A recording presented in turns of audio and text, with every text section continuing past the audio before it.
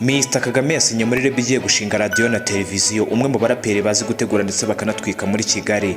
Byinshi kuri iyi nkuru ugiye kubyumva kuri OGTV Show YouTube channel. Mbahaye ikaze muri kumwe na Blaze. Umuraperi Mabano Eric uzwi nka Mr Kagame yabimburiye abandi mu bahanzi agirana amasezerano n'inzu nshya ifasha abahanzi mu bya muzika yitwa High Five Muzehe, izashinga ibitangazamakuru nka radio na televiziyo mu minsi iri imbere. Mr Kagame yashyize umukono ku masezerano y'imikoranire y'imyaka 3 na REB yitwa High Five Muzehe muri Mutarama 2020. Nimba yavuzwe mu itangazamakuru cyane ku mpamvu impande zombi zivuga ko zabanje kwiyubaka. High Five Entertainment si izina rishya mu matwi y'abakunze kumva indirimbo za Mr Kagame, yarivuze kenshi kuva mu ndirimbo zamenyekanishije kugeza n'ubu.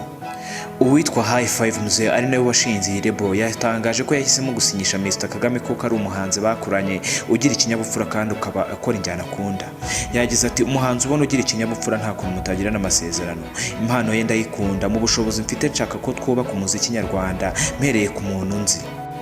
Yavuze ko nubwo Mr Kagame aririmba injyana ya hip hop bari gushaka uko azajya aririmba n'izindi njyana harimo na Afrobeat, ndetse ngo indirimbo ye nshya izasohoka mu minsi iri imbere izaba ari mu njyana ya Afrobeat.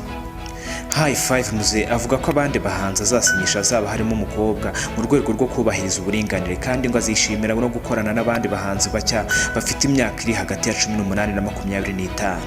Yavuze ko iyi REB izaba irimo abahanzi 3, abasore 2 n'umukobwa umwe, ndetse ngo bazanakurikiranaho gushiraho imishinga ya radio ndetse na televiziyo. Yagize ati ubu turimo kubaka studio, tuzakomeza dushinga radio na televiziyo mu gihe kitarambiranye. Televiziyo na radio urabizi ko bisaba ibyangombwa, nitumara kumurika studio y'amajwi tuzatangira gushaka ibyangombwa.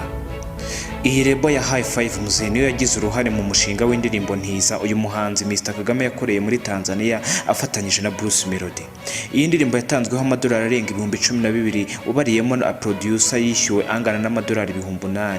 Itike y'indege ya Mr Kagame, Bruce Melody ndetse na Rocky Kirabiranya yatwaye amadolari 2,700. Hoteli barayemo n'ingendo bakoreyemo muri Tanzania. Kurikira OGTV Show YouTube channel ubashe kubona amakuru y'ibyamamare byo mu Rwanda no hanze yarwo, yaba muri fashion, yaba muri muzika, ndetse n'andi makuru yose agezweho ndetse na documentaire zitandukanye. Nimba utarakora subscribe, aka niko kanya ko kugira ngo ukore subscribe kuri OGTV Show YouTube channel, ubundi ujye ubasha kubona amakuru yacu ku gihe. Ndabashimiye mwese twabanye, Imana barinde. Bye bye. Mwari kumwe na Blaze.